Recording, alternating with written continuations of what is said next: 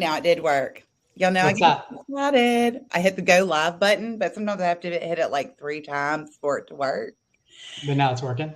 Hello, everybody. Oh, Reno's with us today. Hey, Dawn. I am so excited you all decided to join me, my BFF, Dr. J. Greenstein, here What's up? today. What's up? What up? So, how many of you are not familiar with this man?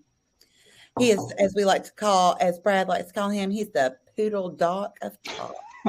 In case you're not following him on his most epic podcast with co-host Brad Koss, like, where have you been?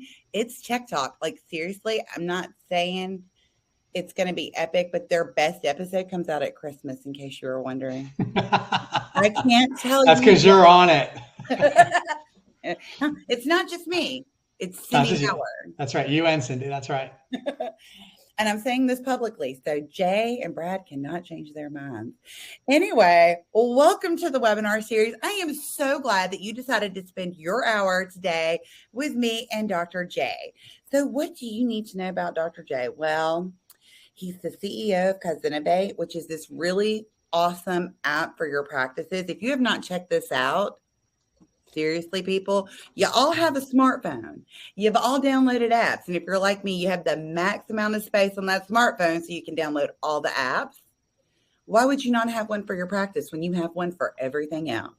He's also the president and founder of a whole bunch of clinics, the ChiroHealth Group. He does research. He's got a research foundation. He's very active in our profession. He's kind of the man, and I suspect he doesn't sleep. He's part of the Chiropractic Future Strategic Plan, heading up Shocker Technology. He's the Chiropractic Consortium chair. He is part of the Chiropractic Summit, works with Clinical Compass. And if you don't know about that, come find me at the next event because it tends to be I love the Clinical Compass. Let me just tell you that this man doesn't just work hard for himself, but spends a great deal of his time every single day promoting and advocating for the chiropractic profession. He's really a crusader for the profession. And did I mention he's my BFF? That's really the most awesome thing about him is that he has great taste in friends. That's right. So anyway, Dr. J is going to be talking to us about retention marketing. I'm super stoked because I actually haven't heard this presentation and I've heard everything he's ever taught ever for over a decade. So Dr. J, take it away. Christy, man, that was the best freaking introduction that I think I've ever had. I was like thinking to myself, I need to get like voiceovers from you and have you taping commercials with that really sexy Southern voice. I was like, that's the best ever. We're going to do that again. So I know we have this on tape, right? We absolutely do, and I will definitely send it to you. All right.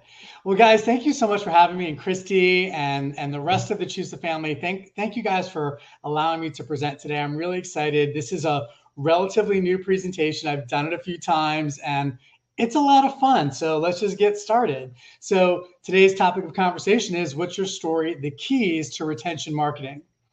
So this is Sylvan Goldman. And if you've not heard of Sylvan Goldman, he was a grocery store owner in the 30s in Oklahoma, Tulsa, Oklahoma, to be exact. And, you know, he was observing shoppers in his store one day, and most of the shoppers were women. And he's like, these ladies are carrying around these baskets, and once they get full, they're really heavy and they can't put any more stuff in them. They can't buy more stuff. They're limited to the size of this little tiny basket that they're carrying around. So Sylvan said to himself, I think I need to do something different. So on June 4th, 1937, he invented the combination basket and carriage. So yes, people, he invented the first ever shopping cart.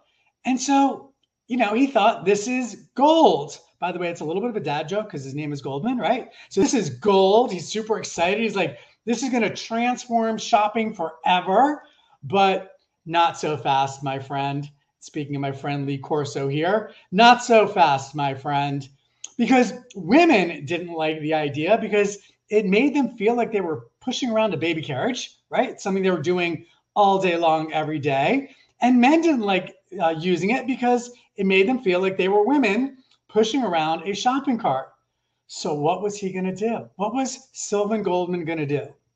Well, in genius fashion, he hired models, attractive men and women, to walk around his grocery stores, filling up these shopping carts with lots and lots of goodies. And when customers would walk into the store, a greeter would say, "Hi, ma'am, would you like one of these new shopping carts? Because you can see everybody else is using one." A little social proof, a little social pressure, right? Very, very, very smart. And people had this FOMO. They're like, "Oh my goodness, I don't want to be without this really cool shopping cart if everybody else is using it." So Mr. Goldman told a visual story that it's cool to use a rolling basket. And guess what? It worked.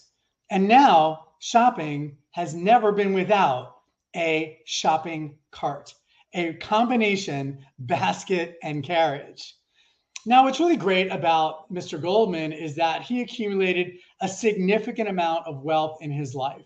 And he's contributed to so many different charitable organizations. And I think that is the essence of doing great things, right? It's great to be a great marketer and it's great to make money, but it's also great to use your wealth to create even more positive impact for the universe. And so it's just really, really cool what he did, not only as an entrepreneur, but as a philanthropist as well. So I ask you this really important question, you guys. What is marketing? Well, according to Seth Godin, marketing isn't advertising. It's the hard work of figuring out how to make things better, for the people you are serving by living and breathing a story, a change in the world. That is marketing. And just like when someone reads a story from an author they love, they come back for more, also known as retention. Now, y'all can see where I'm going with this, right? The title of this presentation is all about retention marketing. So it's about telling the story. When people love authors, they tell everyone they know, and they're essentially raving fans. So I ask you, what's your story? And how are the chapters of your story making things better for the world? Now, we all know, like, everybody's running around trying to get new patients, and maybe some folks are telling a story, maybe some folks are not, digitally or brick and mortar, but everybody's running around trying to get new patients. And you can see this is so evident because every time I go on IG or Facebook or LinkedIn, I'm getting some sort of ad popping up from some chiropractic new patient marketing company, many of whom really don't know much about chiropractic. And it's about, like, just let's bring in as many new patients as we can. But, like, what literally is happening in your practice as it relates to keeping them? Like, it's all about ensuring that your patients have this great experience in their journey from beginning to end, from the time they open up that book and read the first words of the first chapter to the time they become not only a raving fan, but a loyal lifetime chiropractic patient.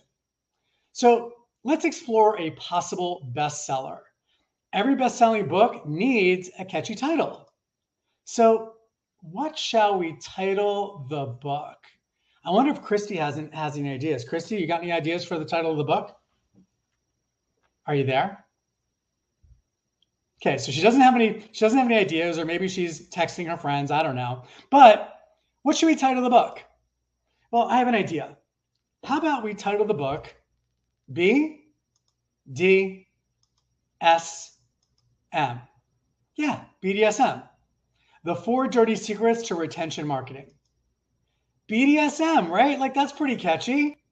Now, I'm not talking about this BDSM. Hopefully you guys can see this video. I don't know if you can hear the audio, but it's pretty funny. But we're not talking about this kind of BDSM.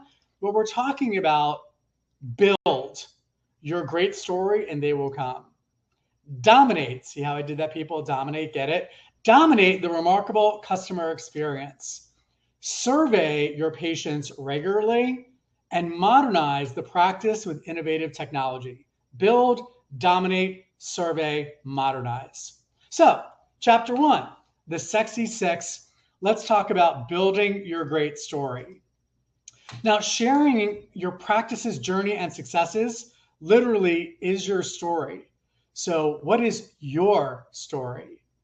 So in order to build a great story, you've got to ask 6 really important questions. And I'm going to go through these questions with you and give you a little bit of, I don't know, autobiographical context for me quickly, because we've got a lot of slides to get through. But the first question that you want to ask yourself was, what was your situation at the start of your story? So for me, the start of my chiropractic story was I was a junior in the middle of the year at the University of Maryland, home on Christmas break.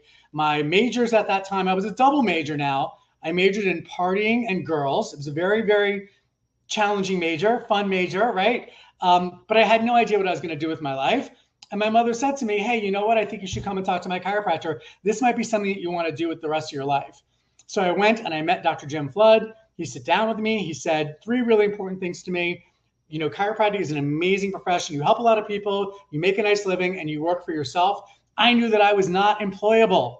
I knew that I could not work for anybody else. So all that sounded good to me. He handed me a book by Lou Sportelli called Introduction to Chiropractic. I read it cover to cover that night. The next day, I changed my major. I went to Maryland in their career office, changed my major, and the rest is history. The second question that you want to ask yourself was, what was the deciding event that made you choose this career? And I just shared with you my deciding event that made me choose this career. But what about you? And I want to provide a bit more context here. Like when you go to a restaurant and on the menu, there's the story of how the restaurant happened. You know, it's been around for 86 years. Like those are interesting stories, and it binds the customer to the business. And so being able to tell the story is really, really important, and certainly part of your marketing strategy. So again, what was the deciding event that made you choose this career? Number 3, what obstacles did you encounter? So again, because I was not a very good student at Maryland, I didn't know how to study, I didn't know how to learn. I learned how to take tests, but I didn't really know how to learn. I failed physics, I failed chemistry, you know, and I had to retake the courses. I had to go through the summertime. It was really challenging for me. I wasn't sure that I was actually going to be able to get the grades that I needed to get in order to just graduate University of Maryland, let alone get into chiropractic school. The fourth question that you want to ask yourself is, what made those obstacles even harder to overcome? For me, I applied to 3 different chiropractic colleges, New York, National, and Life. My first interview was at New York. She looked at my grades. She looked up at me. I went there personally in person for the interview. She looked at my grades. She looked up at me and she said to me, I don't think you're chiropractic material. And I was like, what? She's like, yeah, I mean, your grades, they're terrible. I don't think you're chiropractic material.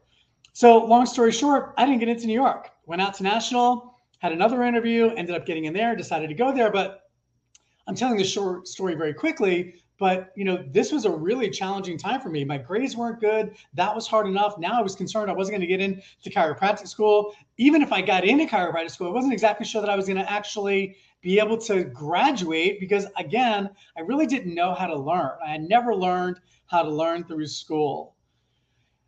Fifth question you want to ask yourself is, what defining moment changed hardship into opportunity? And for me, that was when I took my first exam in chiropractic school and I didn't get a very good grade.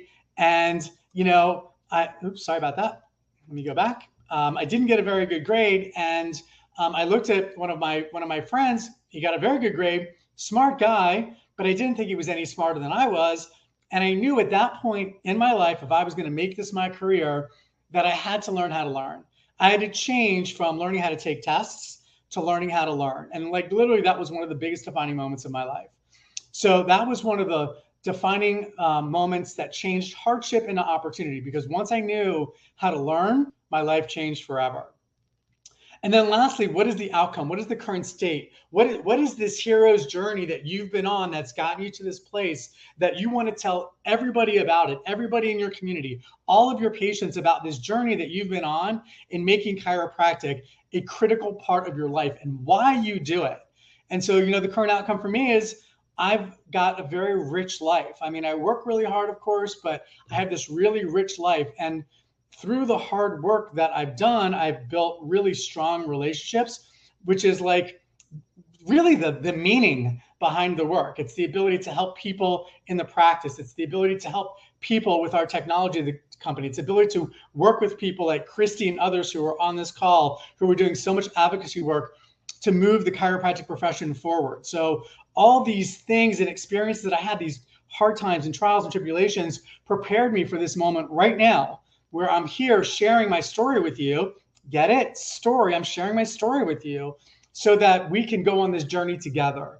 And so you need to, if you have not done so, build this story about your practice. Build this story about your career. Build this story about the impact that you're working to create in the world today. So there you go. Chapter 1, the Sexy 6 critical questions to build your story, the hero's journey, so to speak.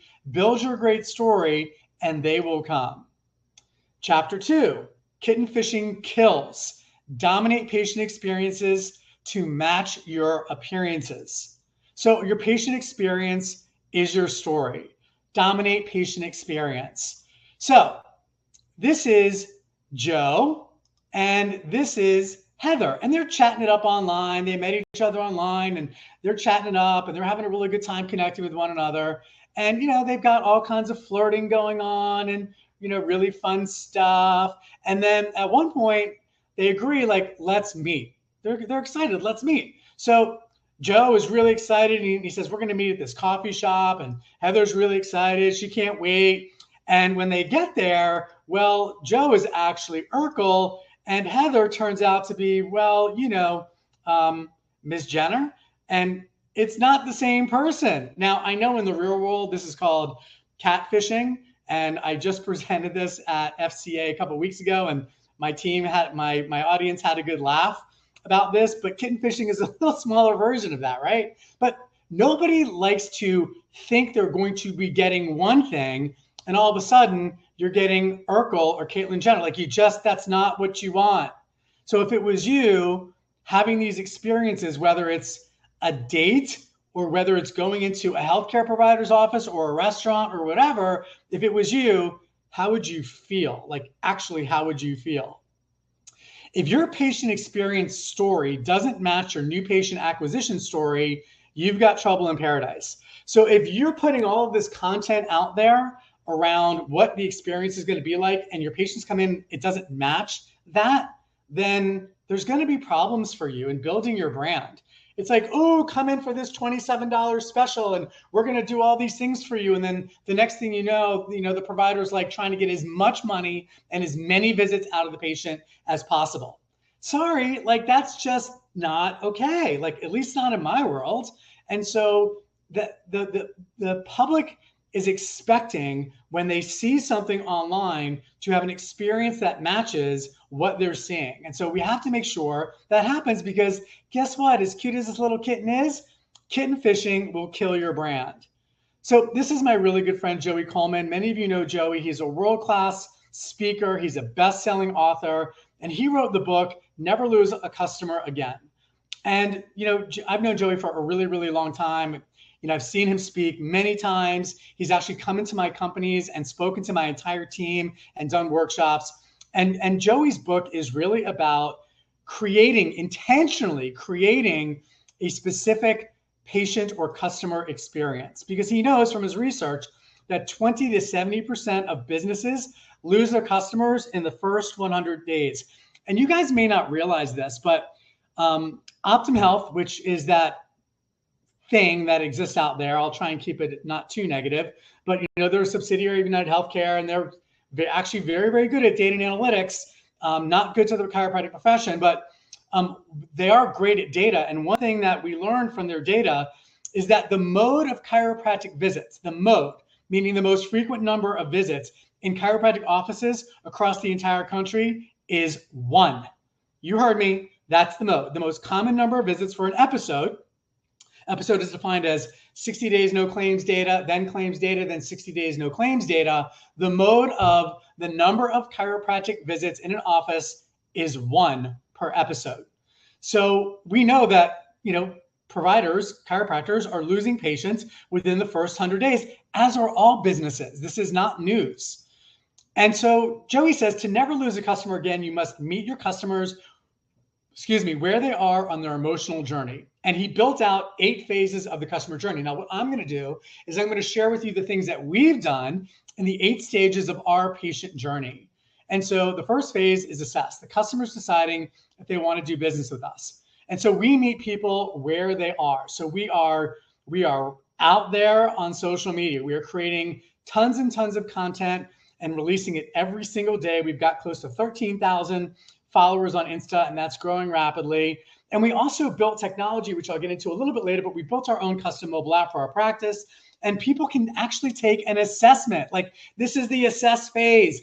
So if they hear about the app through their friends or some of the promotions that we do, they download the app, they can take an assessment, they can get free exercise videos populated right to their phone based on a clinical algorithm that we built inside the app. So if they say, oh, I've got neck pain or I've got back pain and it's this level of pain and it hurts more with extension and less with flexion, the phone, the app actually populates exercises for them so they can do some level of exercises.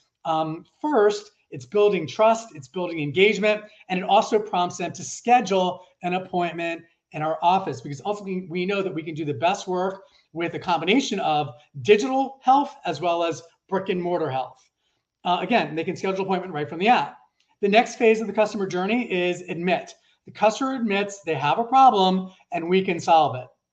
And for us, it's about ensuring on-brand communication, which means our team is highly trained at having meaningful conversations and engaging conversations with a potential new patient who's calling our practice to learn more. The conditions that we treat, providing excellent customer service, being authentically curious. I talk about authentic curiosity all the time.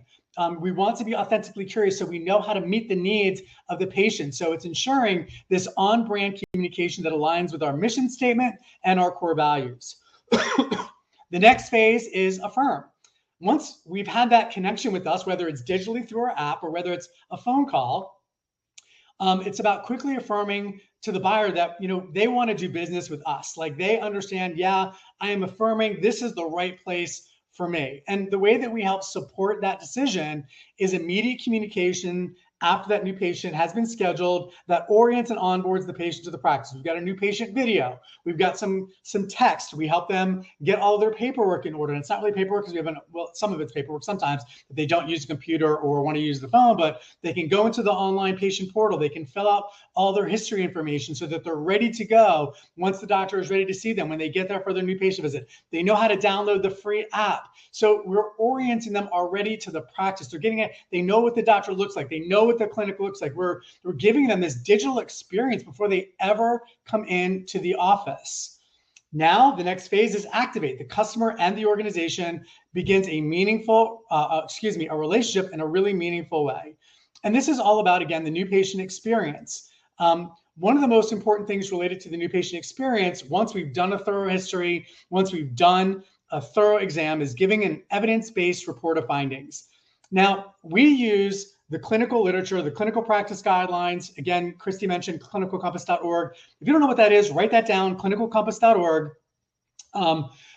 We use the clinical practice guidelines and the dosing randomized controlled clinical trials by Hassedal to explain to a patient why we're making the recommendations that we're making. It's not that Dr. J wants a new Ferrari. I mean, don't get me wrong. I would love a new Ferrari or a Ferrari. I don't have any Ferraris. I would love a Ferrari, but that's not why we do it. We explain to the patient based on the evidence, based on our clinical experience, and based on what your needs are. This is what we recommend for your care plan. This is the number of weeks. This is the number of times per week. This is the times a day that we can fit you in.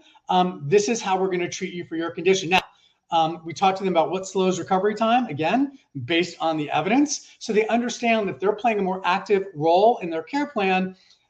Hopefully they'll be more inspired and empowered to adhere. Now, our mission statement is inspiring and empowering a healthier, happier world. So all of this completely aligns with what we're trying to accomplish every day, all day.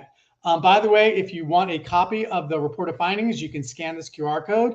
If it doesn't work, you guys, I apologize. I'm going to give you because this might be an old QR code, but if it doesn't work, I'll give you my email address at the end, and you guys can just email me, and I'll make sure that I send you the QR code. But I'm making this available to you for free.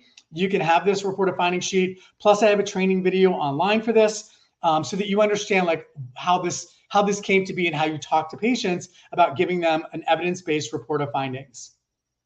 The next phase of the customer journey is acclimate. The customer learns about and hopefully grows comfortable with the way that you do business. And this is really all about the return business. This is about, in my opinion, strengthening connection with your patients. It's really about ways to get to know them and they get to know you. Like my favorite part of treating patients, when I don't treat patients anymore, but my favorite part of treating patients were the return visits. Like once I knew what was going on with the patient and I felt like I could help them and they were coming in, like that's when I really got to know them. And I'm a pretty open person. And so I was able to like build these relationships. I'm sure that many of you are the same exact way. Build these relationships with people where they're like part of your work family. They're part of your friend, connection. Like they mean something to us, right? And so the connection piece is just really, really important. I think it's what makes practice meaningful. And then also being able to connect with them about how they can be healthier.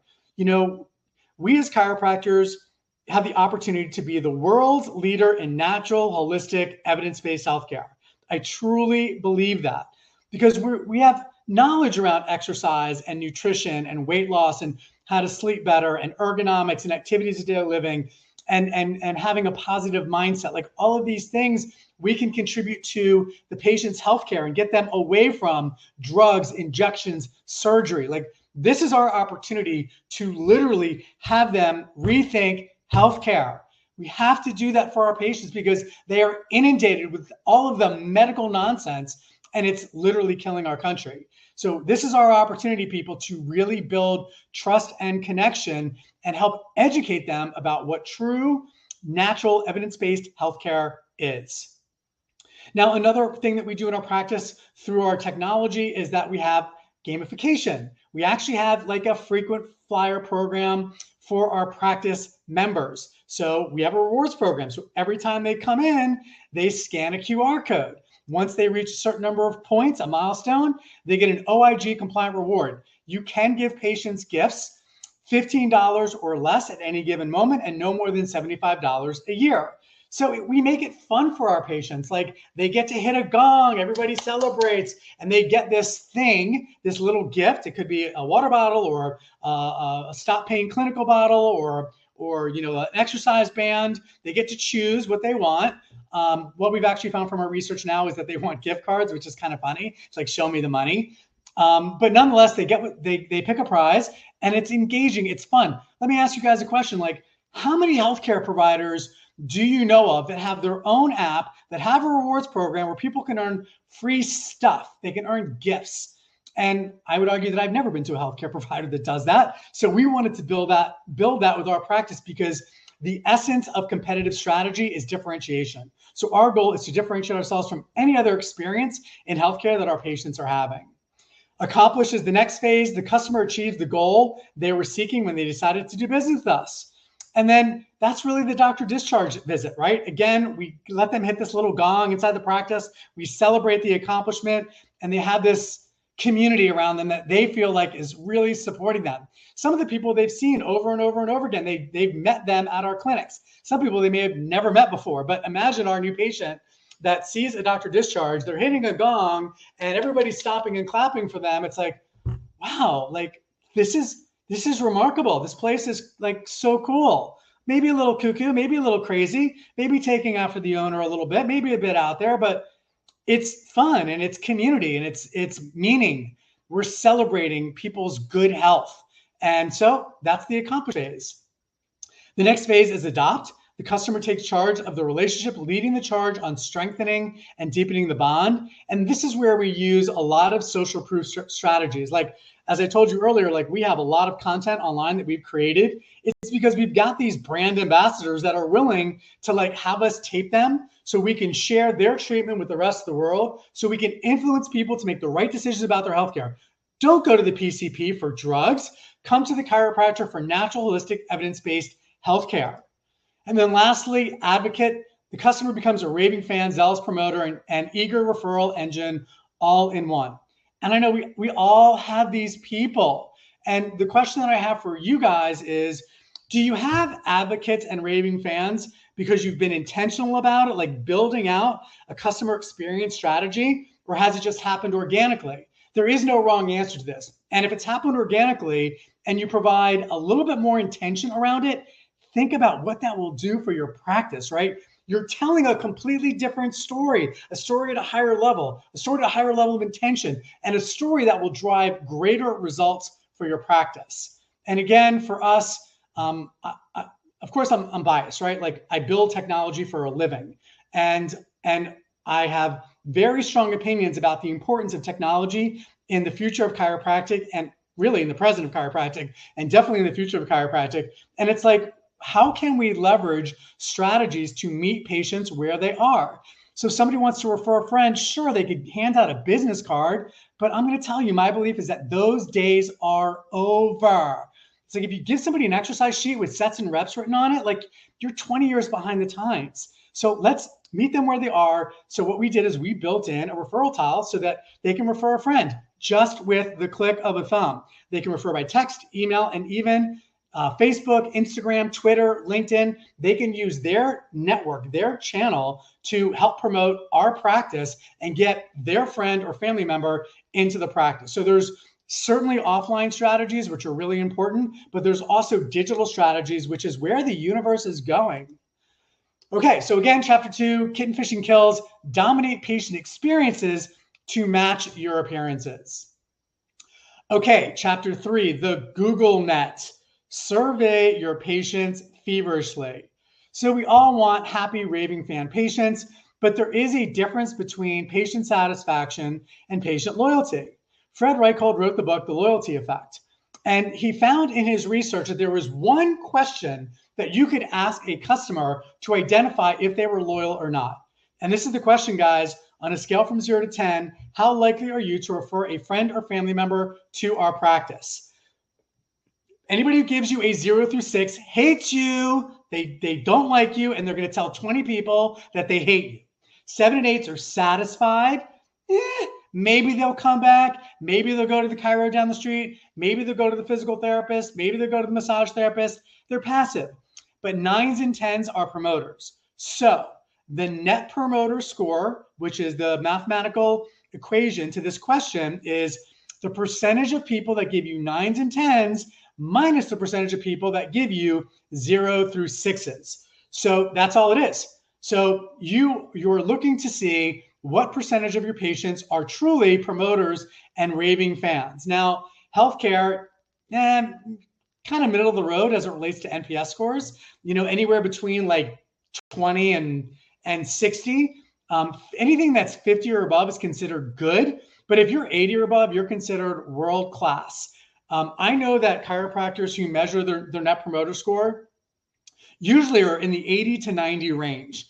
And the reason why is because patients are like crazy satisfied, super loyal to us because we help them when most other healthcare providers cannot. Now, if we want to get a great net promoter score, if we want it to be 80 to 90 to, 100 is a little hard, but if we want to get there, we have to understand the key drivers, the number one driver of loyalty. So, unfortunately, I'm not in a live room with you guys. I wish I was, but I'd be asking you, like, what's the number one driver of loyalty? And I get all kinds of great answers, like, oh, it's bedside manner. Great answer, not the answer. It's outcomes. Great answer, not the answer. It's time spent with the doctor. Great answer, not the answer. The number one driver of patient loyalty, according to Press Ganey, which is the largest hospital-based patient satisfaction company in the world, is how well the staff work together to take care of you. The number 2 driver is overall cheerfulness of the hospital. And number 3 is response to concerns and complaints during your stay. Gallup, they know a thing or two about polling. The number 1 driver of patient loyalty, how well the staff work together as a team. Number 2, the nurse anticipating your needs. And number 3, the staff responding with care and compassion. Guys, there is no question, if you want to drive incredible net promoter scores and high levels of patient loyalty, you need to drive great levels of employee loyalty. There is a direct statistical correlation between highly satisfied and engaged employees and highly satisfied and engaged patients. The more we as leaders build our culture intentionally to give our team a great experience. One, because it's the right thing to do, because we should care about our people on our team. But two, because we understand that it's going to drive an even more remarkable experience for our patients and drive more referrals, high net promoter score, which also could be promoted online, et cetera, et cetera. You have to focus as a leader on building remarkable employee experiences. Ultimately, at the end of the day, when you have highly engaged patients and you ask them to give you a Google review, that is really important because it drives SEO. By the way, I know there's a lot of folks out there that are a little bit nervous about getting reviews, but 65% of people who do not leave bad reviews. Let me say that one more time. 65% of people do not leave bad reviews when they have a negative experience. The likelihood of getting a positive review is much higher than getting a negative review. And when somebody leaves you a negative review because they legitimately had a bad experience, it actually provides more authentic SEO, because if every single person is giving you a 5, it doesn't seem like it's real. Those negative reviews build brand trust and loyalty, because people are like, okay, they're not robots. It must be, when they've got like a 4.9 score, they must be really a great experience. And negative reviews, because it drives more SEO and because it helps to build trust with your community, it also helps to improve business operations and profits, because when you get those negative reviews, you can provide service recovery. You can improve process that have defects in them. So ultimately, at the end of the day, it becomes a learning experience for you. Don't be afraid to get reviews. And I'm sure most of you are not. In fact, I would say probably everybody who's watching this webinar is not afraid to get reviews. But if you do get a negative review, realize it's a great opportunity for you to improve. So, what I like to teach is an actionable item. And then when you leave here today, making sure that you've got a Google review process and a net promoter score process is really important. So we will ask our patients a few key questions when they come in, on a percentage of improvement, how much better do you feel? If they give us 80% or more, we're going to ask them for either a Google review and or an internal referral and or a video testimonial. It's just part of our normal process. When it comes to getting a net promoter score, really simple process. All you do is get a free SurveyMonkey account, put that question in on a scale from 0 to 10, how likely are you to refer a friend or family member to our practice, send it out to your entire email list, calculate from your 0 through 6% score, subtract that from your percentage who gives you 9 and 10s, and you get your net promoter score. Do it every single month with all of your patients, and you'll have a database of NPS scores. So that was chapter 3. Chapter 4 is don't be like Larry, modernize the practice with innovative technology. So who the F is Larry?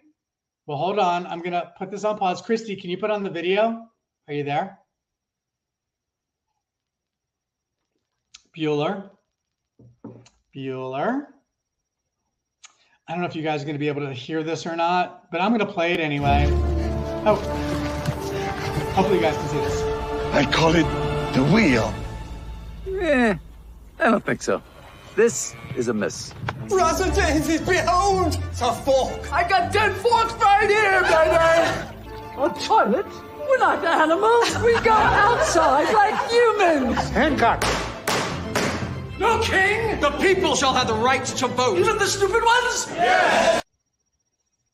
Thanks, Christy. Hopefully you guys can see this. So fundamentally, what is wrong with Larry? Larry has some issues, right? I don't know if you guys remember the commercial, but it was a Super Bowl commercial. It's one of my favorite ever. Fundamentally, Larry is not embracing innovative technology. So modernizing your practice with innovative technology is your story. So don't be like Larry. We're living in an age where technology is transforming healthcare, and we have to embrace it.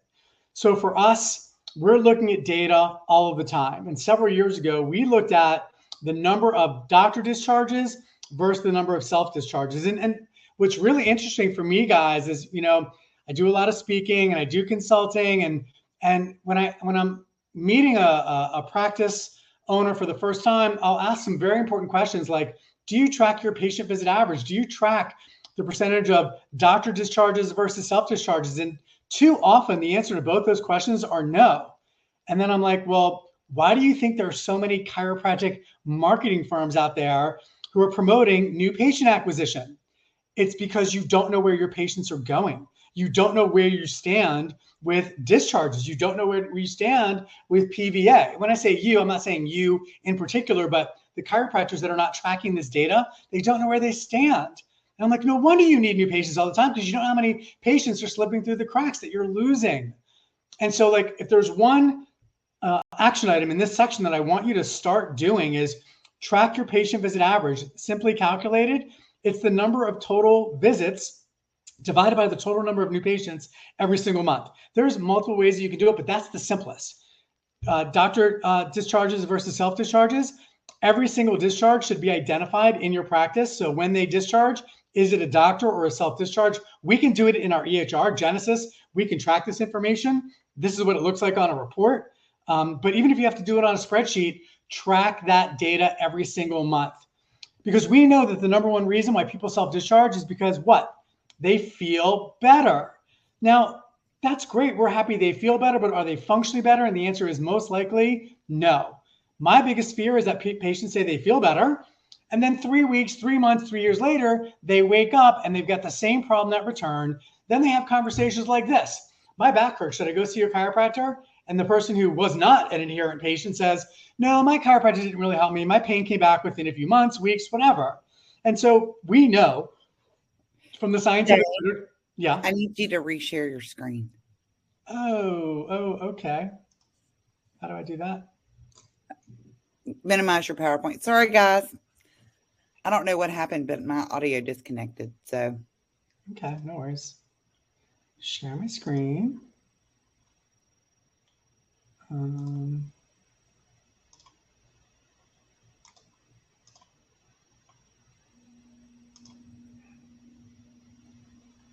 Okay, let me see here. Can you guys see my screen now? No, we still see you. Okay, hold on. Okay, now I got it. Yay, there it is. Sorry, guys. My bad. I did play the video. It just wouldn't let me tell you I was playing the video. That's cool. Thank you. So again, like, this is the data. So you guys might have heard me talking, but you might not know what I talk about. This is the data that we're measuring every single week in our practice, the percentage of doctor versus self-discharge. This is our report in Genesis, so we can see the reasons why. Again, number one reason is that they're feeling better. You know, they feel better, their problem comes back, they have these conversations at the water cooler. And we know from the scientific evidence that the most accurate predictor of any future musculoskeletal injury is past injury. Study after study after study has demonstrated this. And you know why? It's because patients stop treating the problem when what happens? I know you all are saying the same thing. It's when the symptoms go away. So this is really about protecting your individual brand as a chiropractor, your practice's brand, but it's also about protecting the brand of chiropractic. Because how many times have we heard people say, like, oh, I went to the chiropractor. You're a chiropractor? I went to the chiropractor. I had my back hurt and I went, but it didn't really work. Oh yeah, how long did you go for? I went 2 visits. I'm like, how long did you have your back pain for? No, about 2.5 years. And you're like, and why'd you only go 2 visits? Well, it wasn't working. Like, really? Like, really? So all of a sudden these people don't believe in chiropractic when they're terrible patients. So it's also about protecting the brand of chiropractic. So we asked this question a few years ago, like, okay, we've got more self-discharges than we want. Ideally, we want 100% of our patients completing their care plan, but like, can we get to 80? Like, if 80% of our patients complete, that's great. How can we drive greater convenience, engagement, and adherence with the use of technology? So we realized we just needed to meet people where they are, which is literally on their phones. 90% of the time, smartphones are utilizing apps, and it's because it's more convenient. And it's more convenient because it's faster and settings are stored. And if it's built the right way, this was a really important thing that we learned. If it's built the right way, there's benefits and rewards for using it. Then what we did is we looked at the scientific literature and literally study after study, randomized control after randomized control, systematic review after systematic review showed that the use of mobile apps can drive better care plan adherence. We looked at large companies like CVS Pharmacy, and they built an app for medication adherence. They improved their adherence between 6 and 10%. Now, when I'm in a room full of chiros and I'm giving this presentation and I'm talking about the use of technology in their practice to drive growth, I ask them, like, would you spend money on an app and improve your adherence by 6 to 10%? And every single person in the group raises their hand. Like if they could improve adherence by 6 to 10%, they would. Awesome. I would too. So our hypothesis was, okay, if we build this app and we gamify the patient experience, can we drive better care plan adherence? So we built our prototype, we launched it. When patients came into the practice, they downloaded the app. When I say they downloaded like past, they still do. And again, we built this rewards feature. So we gamified the experience for them. Every time they come in, again, they scan the QR code, hit their milestone, get a gift. They're super happy. And we went back and we looked at the data, you guys, because as Christy mentioned, we have a research institute. And so we went back and we looked at the data and over 4,000 patients. And here's what we found. Those who downloaded the app across the entire cohort of patients came in 36% more than those who did not. Now, this is through COVID, okay? Through COVID. We still had a 36% increase in visits for those who downloaded the app versus those who did not. What that meant for us was a 39% increase in billings and a 25% increase in revenue, cold, hard cash. Now, the reason why that number is lower than 36% or 39% is because we ran the data in January of 2021. So some of the claims in December, November, even maybe October and September, personal injury, workers' comp, hadn't been paid yet. Next time we run this data, we'll probably wait until mid-year, the following year, so that we can close the gap on time that claims were paid. Self-discharges was a category of our patients that we looked at earlier. And when I talked to a researcher, a friend of mine who's a chiropractor, he's at Yale. His name is Brian Coleman, brilliant guy. Actually, the first chiropractor to publish a study on artificial intelligence in chiropractic. So I have mad respect for him. He's like, dude, that's great. Can you go back and look at the different cohorts of patients? So can you look and see if the app made a difference in the patients that self-discharged? Like, did they come in longer? Were you able to generate the same kind of result? And the answer is an even better result. The patients in the cohort who self-discharged but downloaded the app came in 70% more than those who did not download the app. So even though these patients were less likely to be adherent, they improved their adherence by 70% because the app helped engage them in a way that gamified their experience. That led to a 75% increase in billings and a 62% increase in revenue for patients that were already going to be non-compliant. Now, here's the kicker, guys, because again, we are very data-driven. What we knew is that the number one screen that these patients were using is the reward screen. This is our dashboard. And we knew that patients were engaged in the app by using the rewards, and the number two screen that they were using was the home exercise screen. So both of those things, coming in for your visits and doing your home exercises, which is typically not very good with home exercise adherence. Most patients are not very adherent, but they're certainly using it in the app, is going to drive better outcomes for the patient over time. Now, we published this study in JMIR. This is a leading healthcare technology journal. You can Google it or go on PubMed and you'll find it, because I'm not a believer in white papers. Like, white papers are marketing BS. Like, if we're going to do a research study, we're going to look at the data and we're going to publish everything about it. And so if you're interested in, there's other data that's published there, things like no-shows and cancellations, that data is in there. And so you can check it out on JMIR, just go to PubMed and you'll be able to find it. And again, you might be asking, well, like, how is this even possible? Again, study after study after study has shown that gamification changes healthcare behavior. And so if we can build technology, or as we've built technology, we know that we can drive changes in their behavior. So I told this story to a couple of buddies of mine. And, I said, look, the problem that we're solving right now in our practice is poor care plan adherence. And the result of that is that we're increasing PVA, we're increasing billings, and we're increasing revenue. Like, statistically, we know these three things as a fact. And so they said to me, like, give it to me, I want one. And so we built it for these are my first two customers, Dr. Bibu Misra and Dr. Alan Sokoloff, who's two-time Super Bowl winning chiropractor for the Ravens. And we built it for them. And we had such great feedback, we decided that we were going to just create a company around this and build for other chiropractors, because we believe that digital technology is part of the story that we need to be telling as chiropractors. Many, many, many other verticals and disciplines are using this technology, mobile app technology. We need to be leading the way to help chiropractors be successful with a digital strategy for their phones to help engage patients and drive results. And as of today, we've got over 20,000 users and growing strong. We've got a community that we've built, and this is for people who are early adopters who are like, I want to be part of this movement that is changing the face of chiropractic, where the engagement doesn't occur just in the office, but the engagement occurs outside of the office as well. And we can do that digitally and connect to our patients at a deeper and stronger level with the use of this technology. Now, typically, if I'm in an office, people are raising their hand. I mean, in an office, if I'm in a convention and speaking, they raise their hand like, okay, so how do we learn more about this?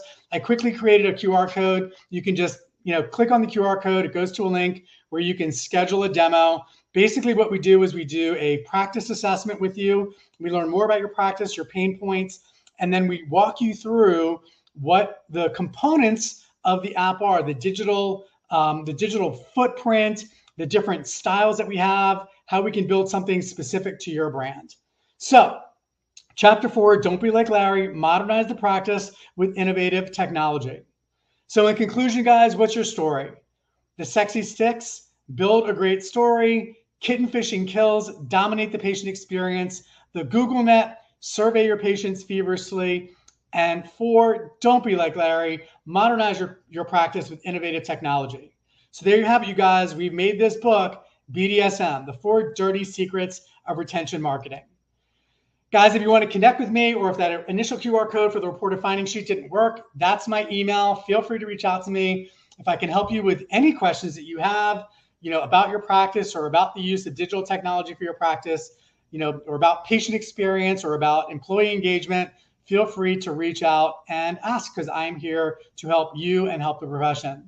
If you want to follow us on social, these are all of our channels. Manal, who is our digital marketing specialist, is amazing, constantly putting out tons of content to help you and your practices.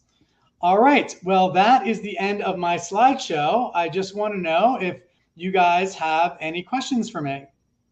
I don't see any questions. Where did you go? I'm here. That was Can weird. you see me? I think something happened with my thing. My video is on. Well, I don't know. Maybe it's just me because I'm at the office for the first time in months, and maybe things are just acting weird. I see you. Well, good. Oh, I see. I'm seeing so many of our friends here, Christy. I know. This is so cool. Isn't it fantastic? Mm-hmm. I don't have any questions, but I do want to encourage y'all that you do reach out to Dr. J and his team if you have any questions. Also, I still do not have my 2-minute drill. Are you sure you turned that in on time? Yes, ma'am. It's coming. It's coming. I promise. I recorded it this morning. Y'all just don't even know. I did share your Facebook page because I told everybody if they're y'all are looking for some really good inspiration on some content, and the diversity of content on the Chizo Health Facebook page is just phenomenal. Like, I live in Mississippi, obviously not in the DC area. However, there are some incredible videos that his team put together on different stretches and stuff, which ironically happened about the time I injured myself trying to be handy around my house. Apparently I need to get back on an airplane and get back on the road. But it's just phenomenal content, and it'll give you some really good inspiration just from the usual humdrum social media, because what works for the rest of the world does not necessarily work or translate well in chiropractic. So we got to do something different. And I think it's just an incredible resource, and you learn a lot, and very interesting, and it's funny as well. Just want to remind y'all that next week's webinar is growing your chiropractic business by obsessing over your numbers. I know that sounds so sexy, with Dr. Alan Bergquist. We're going to talk about avoiding the most expensive documentation mistakes at the end of the month with Dr. Jeff Lewin. And then kicking off October, we have Dr. Guy Reichman, and we're going to be talking about the brain. So we have some really exciting stuff coming. We're going to be wrapping up the end of the year really soon, but we should have all of the webinars posted in no time. If you have any suggestions for a webinar topic that you would like to see addressed, make sure you reach out to me at Christy@ChiroHealthUSA.com. I actually got a wonderful request from my dear friend, Dr. Chris Fowler in Pearl, Mississippi this morning. So if you don't see something you like, then you probably should tell me what that is. Anyway, Dr. J, any closing remarks? Congratulations on finishing your BDSM book, though. Well, thank you. Thank you. I appreciate you guys having me here as always, Christy. You're such a warrior for the profession. You do so much. And I'm very much looking forward to seeing you in Alaska. We're about to go on I'm going on a serious road trip. And part of that road trip is us hanging out in Alaska. It's going to be a blast. For the audience, feel free to reach out to me if I can be of help to you. That's why I'm here, so that I can be of service to the profession and your practices. So hopefully this was valuable today. You learned something that can help you elevate your practice, and appreciate all of you and hope to see you soon. And you laughed, which is funny because you were talking about the BDSM book when I walked back into a meeting, and that's what broadcast loud and clear over my computer, and everybody looked up. That's awesome. Listen, if we're not creating some attention, what are we doing here, right? Like, we're obviously wasting time, right? Exactly.